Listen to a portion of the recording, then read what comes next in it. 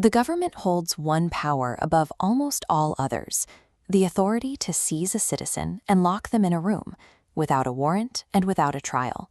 We call this involuntary psychiatric commitment. Because locking someone up is an inherently coercive use of government authority, our laws are supposed to shield us from arbitrary detentions. The 14th Amendment explicitly guarantees due process. It ensures that no person's liberty can be taken away on a whim. The rule is straightforward. The state cannot strip your freedom unless it meets strict, objective legal requirements. But over the last few decades, states have outsourced this immense police power to private healthcare facilities and corporate hospitals. If a state official abuses their power, Section 1983 allows citizens to sue for constitutional violations. Liability attaches to the state. But when a private hospital exercises that exact same power, they claim they're a private business and therefore immune to Section 1983 liability. Private corporations are wielding the sword of the state to lock people up, while wearing the legal armor of a private business to escape the consequences of their own mistakes. To see exactly how this loophole operates in practice, we can look at the case of Clonin v. CentraState. The lawsuit alleges that CentraState Hospital created a fictionalized medical profile to justify detaining Bradley Clonin, a man with a physical disability. This graphic compares the real patient to the hospital's records. The medical chart claimed the patient weighed 220 pounds heavier than his actual body weight. It also documented the presence of dentures he did not have. The hospital justified his detention by stating he was suspected of overusing prescribed medications. Yet right here on the screen, you can see their own objective toxicology reports returned completely clean. CentraState then transferred him to a psychiatric facility. Under a federal law known as EMTLA, this transfer requires a physician's signature on the screening certificate. That signature was missing. A citizen was stripped of his constitutional rights based entirely on false, fabricated data that managed to bypass every internal safety filter.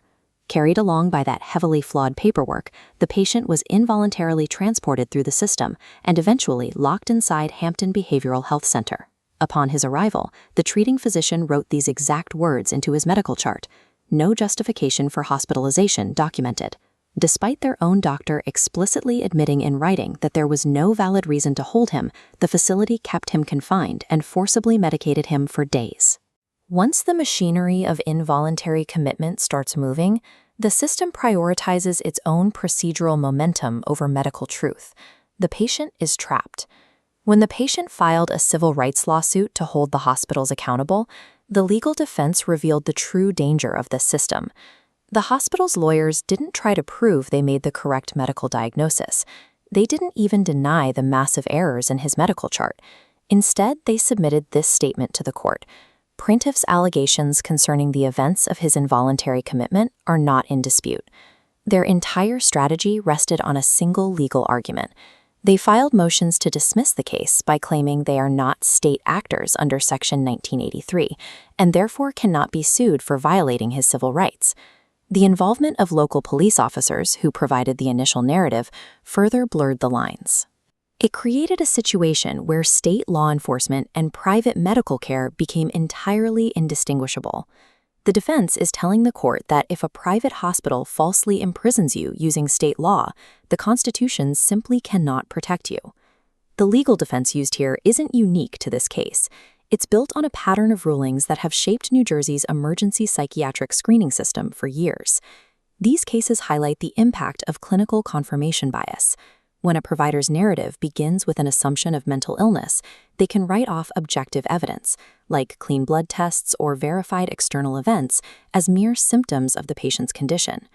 Within this legal framework, the electronic health record effectively serves as the final testimony. In the context of an involuntary commitment, a private hospital's unverified data entry literally dictates a citizen's legal freedom. As long as private facilities operate the state's screening infrastructure without constitutional oversight, a patient in a mental health crisis remains at the mercy of a private entity's record-keeping.